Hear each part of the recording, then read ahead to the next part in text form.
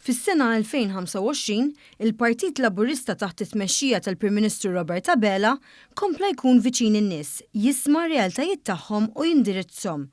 F'Jannar li għadda, il-Partit Laburista fakkar il-5 anniversarju taħt il-gwida ta' Dr. Abela dakinhar permezz ta' Mass Rally kif se jerġa' jseħħ fil-jiem li ġejjin.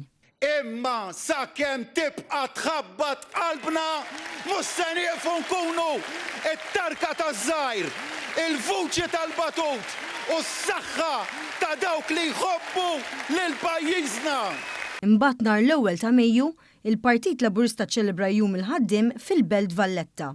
Hawnhekk, Dr. Abela ħabbar li matul l-2025 u fl-2026 diversi kumpaniji lokali u internazzjonali se jkunu investew €9 biljun f'pajjiżna b'għadd kbir ta' karrieri ta' kwalità għaż-żgħażagħ lokali, inkluż f'setturi bħat-teknoloġija diġitali, l-enerġija nadifa, il-manifattura avvanzata, il-farmaceutika u s-servizzi finanzjarji fost oħrajn.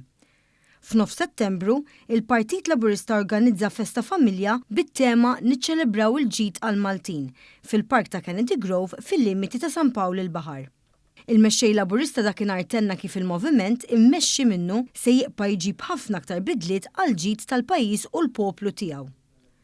Matul l-istess attività, id-deputat mexxej għall-affarijiet tal-Partit Laburista Alex Aġur Saliba ħabbar li mill-ewwel ta' Mejju li jmiss se tirritorna l-famuża Battle of Flowers. Inizjattiva biex jieħdu sehem fiha l-Kumitati Lokali Laburisti waqt li l-ispejjeż jiġu sussidjati mill-partit innifsu. F'Novembru, il-Partit Laburista ospita f'pajjiżna il-Kunsill Ġenerali tas Socialist International. Preżenti għal din il-laqgħa internazzjonali kien hemm il-President tas Socialist International, il-Prim Ministru Spanjol Pedro Sánchez, u bosta delegati minn mijiet ta' partiti soċjalisti minn madwar id-dinja.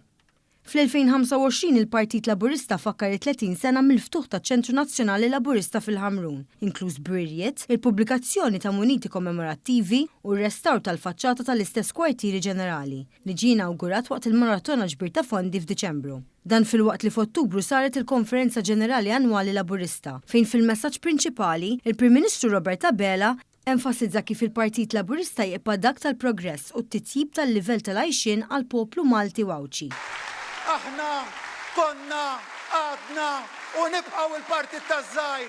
Aħna konna għadna u nibqgħu il-partit tagħkom il-ħaddiema. Aħna konna għadna u nibqgħu il-partit ta' min jinvesti u tan-negozji.